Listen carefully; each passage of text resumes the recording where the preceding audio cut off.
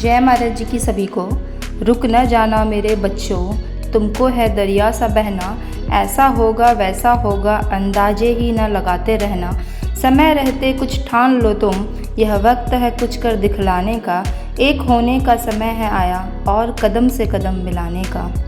आज का विशेष अनुभव है। सुबह की साधना में मैंने देखा कि मैं किसी जगह पर खड़ा हूँ।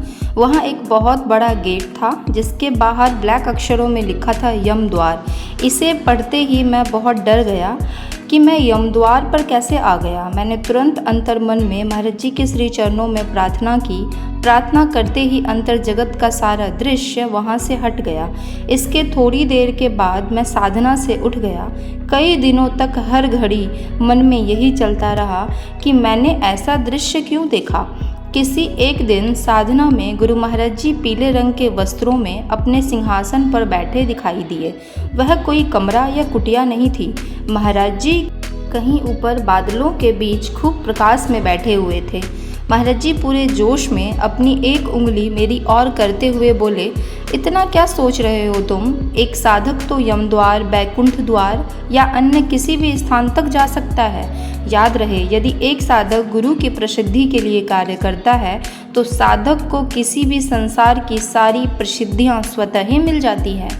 परंतु यदि अपनी प्रतिष्ठा या अपने स्वार्थ को आगे रखते हुए सेवा कार्य करोगे तो फिर वही कर्म साधक को निकृष्टता की ओर ले जाएगा। महाराज जी की इस बात को सुनकर मैं थोड़ा उदास हो गया। मेरे चेहरे को देख मुझे हौसला बांधते हुए गुरु महाराज जी कहने लगे, तुम्हें कुछ भी व्यर्थ नहीं सोचना है, बस मस्त होकर साधना किया करो। तुम जो भी करो बस अपने गुरु के लिए करो, तुम्हें सब कुछ अपने आप ही मिल जाएगा। अगर हम महाराज जी की आज्ञाओं में चलेंगे, नियमित साधना करेंगे, सेवा करेंगे, सत्संग अटेंड करेंगे तो हमें उनकी कृपाओं से कभी वंचित रहना नहीं पड़ेगा और उनकी कृपा हम हमेशा प्राप्त करते रहेंगे। और ऐसी ही सच्ची अनुभूति अगर आप लोगों के जीवन में भी घटती है तो अनुभूति हेल्पलाइन नंबर पे अपने अनुभवों को ज़रूर दर्ज कराएं, ज़रूर रजिस्टर कराएं। जय महाराज जी की। दृष्टांत। ग्रीस का राजा प्रसिद्ध दार्शनिक सुकुरात से मिलने पहुंचा। उसने उनसे प्रश्न किया, कृपया यह बताएं कि संसार में इतनी असमानता क्यों है?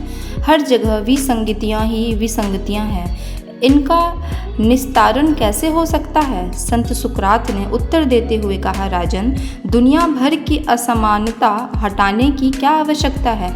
यदि हम संसार के सारे पर्वत समतल कर दें तो पर्वतों पर रहने वाले प्राणी कहाँ रहेंगे?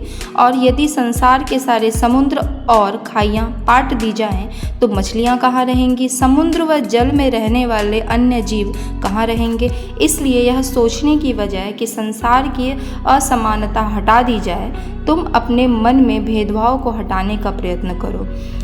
तब तुम्हें सारी विसंगतियों में भी समरसता दिखाई पड़ने लगेगी। सुखी जीवन का यही मार्ग है। समय है यह परमार्थ का। पूरे विश्व पर संकट के बादल हैं छाए। हर कोई सोच रहा कैसे इस समस्या का हल हो पाए। कोई रास्ता न अब नजर आ रहा। हर पल चिंता में मानव डूबता जा रहा। तभी किसी ब्रह्मज्ञानी को आवाज़ थी आई, समय है यह परमार्थ का, त्याग करना होगा हर स्वार्थ का। यदि तुम साधना की गहराई में उतर जाओगे तभी विश्व को इस संकट से बचा पाओगे, तभी विश्व को इस संकट से बचा पाओगे।